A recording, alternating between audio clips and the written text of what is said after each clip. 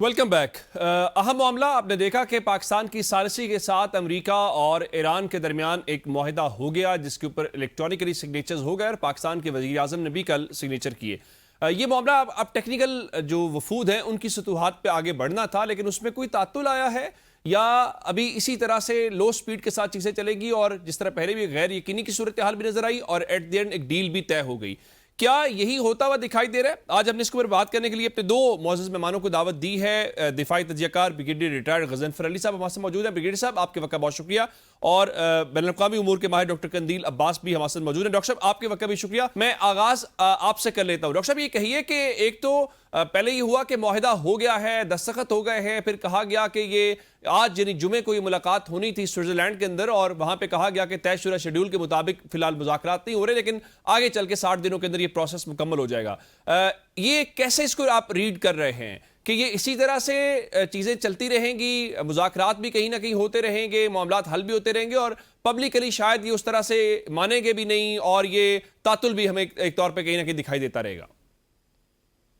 जी, ये बिल्कुल ठीक है कि पाकिस्तान की अनथक कोशिशों से एक एमओयू है, इसको अभी मुआहिदा नहीं कह सकते, इसको मुफाहमती याददाश्त हम कहेंगे या एमओयू कहेंगे। ठीक। और इस पर तो इलेक्ट्रॉनिकली दस्तखत हुए हैं, लेकिन इसको मुआहिदे में तब्दील करना जो है वो अब स्विट्जरलैंड में होना था, जो अभी तक नहीं हो सका।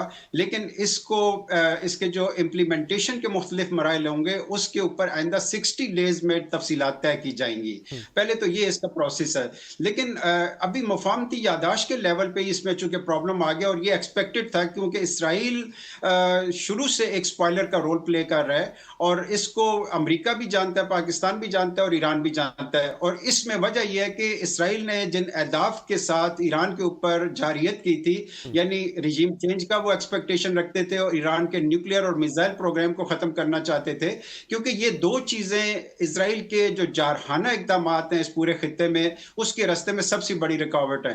और इसी वजह से वो समझते हैं कि चूंकि अहदाफ हासिल नहीं हुए तो इसलिए ईरान के साथ मुआहिदा नहीं होना चाहिए। लेकिन अमेरिका ने यह देख लिया कि ईरान की रिटेलिएशन बहुत ज्यादा थी और आज डोनाल्ड ट्रंप ने भी वाज़ेह तौर पे कहा है कि इसराइल को अगर हम ना बचाते तो आज वो तबाह बर्बाद हो चुका होता। और जेडी वैंस जो उनके नायब सदर हैं, उन्होंने भी क्लियर कहा है कि इसराइल को ईरानी हमलों से बचाने में जिस साजो सामान का इस्तेमाल किया गया वो अमरीकी टैक्स के पेयर के पैसों से बना है। यानी इसका मतलब यह है कि इस वक्त इसराइल अमरीका की नजाकत तो नहीं समझ रहा। अमेरिका ने किसी हद तक समझ लिया है कि ईरान को main stream regional international politics से मजीद आइसोलेट नहीं किया जा सकता। लेकिन अब इसराइल को कंट्रोल करना मेरा ख्याल यह है कि वो अमेरिका की जिम्मेदारी है। ये अमेरिका की जिम्मेदारी है। ब्रिगेडियर साहब, आप बताइएगा इसके ऊपर कि क्या ये आप एक्सपेक्ट कर रहे थे कि चीज़ें इसी तरह से चलेंगी? पहले भी हमने देखा कि आखिरी मरहले तक धमकियां की आवाज़ें आती थी कि पूरी की पूरी सिविलाइजेशन को वाइप आउट कर देंगे, फिर सीज फायर भी हो जाता है। अब भी वैसा ही हुआ कि आपने एक एमओयू के ऊपर साइन कर दिए, फिर देखा गया कि एक तातुल सामने आ गया। फिर ये जो डॉक्टर साहब बात कर रहे हैं इसराइल के स्पॉइलर वाली, ये तो पहले दिन से कहा जा रहा है, लेकिन एक इसके ऊपर जो तासुर इस बैनुल-अक़वामी सतह पे आया है कि इस पूरी वॉर के दौरान इसराइल मजीद लूजर के तौर पे सामने आया है। शायद अमेरिका इस तरह से पहले पब्लिकली क्रिटिसाइज नहीं करता था, लेकिन अब वो कह रहे हैं कि भाई जो आपका वेपन आप इस्तेमाल कर रहे हैं, जो आपका दिफा हो रहा है, वो अमेरिकी टैक्स पेयर की मनी से हो रहा है।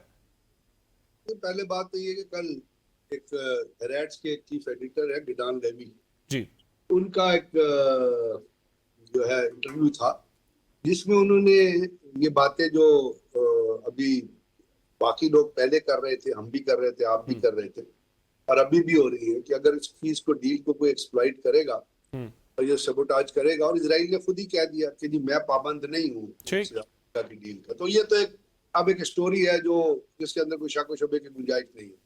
और मैंने कहा कि डॉन लेवी ने भी यही कहा है कि वो इजराइल जो है वो ये फ्रेजिलिटी इस मायदे की यही है कि इजराइल इस मायदे को एक्सप्लॉइट करेगा।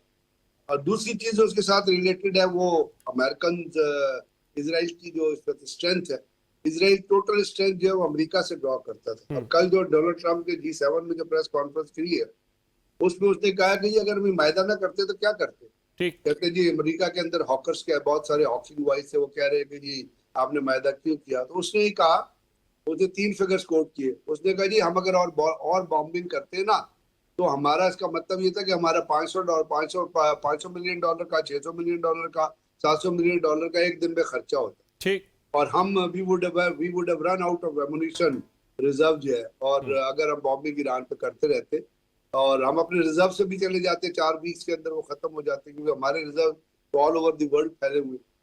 तो वो जो चीजें इसराइल को दे रहे थे उसमें उसका इसी वजह से उनका रिजर्व रन आउट हुए कि टॉमाहॉक मिसाइल जो है वो मिड ऑफ द वॉर खत्म हो गए थे। ठीक। इसी वजह से ट्रम्प को रायथॉन के सीईओ को बुलाना पड़ा। ठीक। तो बात यह है कि इस वक्त ये चीजें तो एस्टेब्लिश, अब होना ये है, अब होना जो चूंकि मायदे पे साइन हो गए तो वो इफेक्टिव तो हो गया है। ठीक। अब उसमें जो मायदा हो गया है, लेकिन जो ये इजलास होना था इसमें तय होना था कि आपने लाए अमल क्या करना है। ठीक। 30 दिन के का, 60 दिन का, ये मैं आपको बता दूं कि 60 दिन 90 दिन भी हो सकते हैं, 90 दिन 120 दिन भी हो ठीक। सकते हैं। आप कह रहे हैं कि ये प्रोसेस थोड़ा लेंथी हो सकता है, लेकिन चलेगा। डॉक्टर साहब, आप ये कहिए कि ये जो अभी हमें ज़ाहिरन नजर आ रहा है कि जिस तरह ब्रिगेडियर साहब भी फरमा रहे हैं कि ये 60 से 90 दिन भी हो सकता है, अगर कोई ज़ाहिरी रुकावट देखी जाए, आया वो लेबनान है जिसके ऊपर एक बार फिर इसराइल ने बमबारी की है, या फिर ईरान ये पोस्टर बेसिकली देना चाहता था कि हमें नहीं कोई ज़रूरत कि हम कोई पिक्चर्स बनाएं, कोई उनके साथ ऐसे मोमेंट सामने आए जिसमें कोई नजर आए कि अमेरिकन के साथ हम बड़े खुश हैं, तो हमें उनके साथ खड़े नहीं होना। आपको क्या समझ आती है कि वजह क्या हो सकती है? कोई रुकावट है या अभी भी दोनों एक दूसरे के ऊपर कोई ना कोई इंप्रेशन छोड़ना चाहते हैं? देखिए, इतना आसान नहीं होगा, इसलिए कि एक 47-48 ईयर की हिस्ट्री है कि ईरान के ऊपर जो पाबंदियां लगी हुई थी, ईरान के पॉजिटिव जेस्चर्स के बावजूद, खासतौर पे 2015 में जो JCPOA किया उसके बावजूद, यानी ईरान ने बहुत सी चीजों पे कंप्रोमाइज किया, लेकिन इसके बावजूद अमेरिका की तरफ से पॉजिटिव रिस्पांस नहीं आया और डोनाल्ड ट्रंप वन साइडेड उसमें से निकल गए। उसके बाद ये मुज़ाकरात के दौरान 25 में भी और 26 में भी ईरान के ऊपर हमले हुए। इसके बाद ये ईरान में मजमूई तौर पर एक डिस्ट्रस्ट अमेरिका के बारे में पाया जाता है।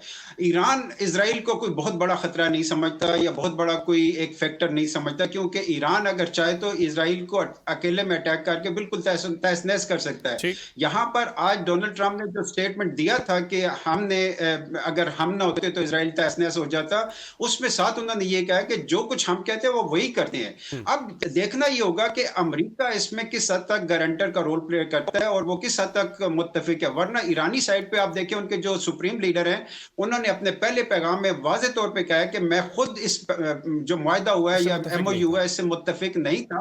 प्रेसिडेंट की जो टीम है उन्होंने इस बात का वादा किया है कि वो ईरान के नेशनल इंटरेस्ट को प्रोटेक्ट करेंगे, इस वजह से मैंने इससे इत्तेफाक किया है। अगर ये ना हुआ तो मेरा ख्याल है कालीबाग साहब ने आज वाजे कर दिया है कि अमेरिका को ईरान की रेड लाइंस की रिस्पेक्ट करनी पड़ेगी, अदरवाइज ये मुआहदा सिर्फ ईरान की रेड लाइन से मशरूत है। अगर उनको वायलेट किया गया तो फिर मुआहदा भी खत्म हो सकता है। ठीक, बिल्कुल ठीक है। ब्रिगेडियर साहब, ये जो बात हो रही है, जो जिसका डॉक्टर साहब ने इशारा किया, मैं इस पर आपसे यही सवाल बुनियादी तौर पे करना चाह रहा था कि ये कोई ईरान के अंदर इबाहम मौजूद है, क्योंकि हम ये सुनते हैं कि वहां पर भी ज़ाहिर है कि इस्टेब्लिशमेंट है, जो उनके सुप्रीम लीडर हैं वो कह रहे हैं कि मैं इस मुआहदे से मुत्तफिक नहीं था, लेकिन चूंकि मेरे सदर ने यकीन दिलाया है कि ईरान के मफादात का तहफ़्फ़ुज़ किया जाएगा। लेकिन अमेरिका के सदर कहते हैं नहीं नहीं, ये तो बेबसी में किया है, कोई और ऑप्शन नहीं थी। तो ईरान के अंदर भी दो ग्रुप्स आपको दिखाई दे रहे हैं कि जो एक मुआहदा करना चाहता था, दूसरा उसके ऊपर मुत्तफिक नहीं था, या आप समझते हैं क्लैरिटी है, उन्हें पता है कि हमने क्या कब अचीव करना है, उसके अकॉर्डिंगली वो चीज़ों को मूव ऑन कर रहे हैं? देखिए, दुनिया में हर जगह एक्सट्रीमिस्ट होते हैं। ठीक। दुनिया में मुख्तलिफ ग्रुप्स होते हैं। अमेरिका के अंदर इस वक्त बहुत सारे लोग हैं जो इस बात पर, जैसे मैंने आपसे कहा कि ट्रंप कल कह रहा था कि अमेरिका के अंदर जो एक्सट्रीमिस्ट है वो कह रहे हैं जी आपने क्यों मुआहदा किया, ये तो अमेरिका की स्ट्रेटेजिक डिफीट है। इसी तरह यहूदियों के अंदर दो ग्रुप हैं, एक कंजर्वेटिव्स हैं, एक ज़ायोनिस्ट हैं। वो कह रहे हैं कि जी जो कंजर्वेटिव्स कहते हैं वो कहते हैं कि तो पूरी की पूरी जंग जो यहूदियत के खिलाफ है। जो एक्सट्रीमिस्ट है वो कहते हैं कि जी हम तो जंग करने से बाज नहीं आएंगे। इस तरह ईरान के अंदर भी कुछ हार्ड लाइनर्स है जो कहते हैं कि जी लड़ाई जारी रखो। लेकिन अगर आप ओवरऑल पर्सपेक्टिव को देखते हैं तो मैं ये समझता हूँ कि लड़ाई जारी रखना ईरान के फायदे में भी नहीं, क्योंकि आप चलो जो जानों का नुकसान है, जो शहीद हो गए लोग, वो तो आप पूरा करें, वो कोई ना कोई काम चलता है कि आप एक मकसद के लिए कुर्बानी दे रहे हैं। लेकिन जो इंफ्रास्ट्रक्चर लॉस है उसको बिल्डअप करने के लिए then you need million and billion of rupees. So और ईरान के ऊपर पाबंदियां, आप अगर उनकी पाबंदियां खुलेंगी तो दे विल अर्न मनी। अगर तेल उनका जाएगा तो दे विल अर्न मनी। तो मेरा ख्याल वहां पे भी एक्सट्रीमिस्ट है और उन्होंने बल्कि मुजाहरा भी किया है। उन्होंने अब्बास इराक्ची साहब के खिलाफ मुजाहरा किया, बल्कि वहां पे यहाँ तक नारे लगे कि मर्ग बाय इराक्ची, जैसे वो मर्ग भाई ईरान कहते थे। तो ये तो चीजें नजर आएंगी, ठीक। लेकिन स्पिरिट जो है, क्योंकि कल अगर आप G7 की प्रेस कॉन्फ्रेंस ट्रंप की उठा के देखें, वो तो बिल्कुल ही फिर गया है तमाम चीजों से जो ईरान के बारे में कहता था। इसी तरह ईरान के जो सुप्रीम लीडर है, उन्होंने ये कहा कि अगर नेशनल इंटरेस्ट में तो है, लेकिन इसके ऊपर सिर्फ क्योंकि वो लेबनान के अंदर जंगबंदी one part of the memorandum of understanding, this one article which says के लेबनान में जंगबंदी होगी, और वो ये भी कहता है कि भी ईरान भी अपनी प्रॉक्सीज को रोकेगा, तो वो जंगबंदी होगी तो वो चीजें बिल्कुल ठीक। बड़ी जबरदस्त डिस्कशन जारी है जी। मुझे ब्रेक का कहा जा रहा है, ब्रेक से वापस आते हैं तो यहीं से कंटिन्यू करते हैं।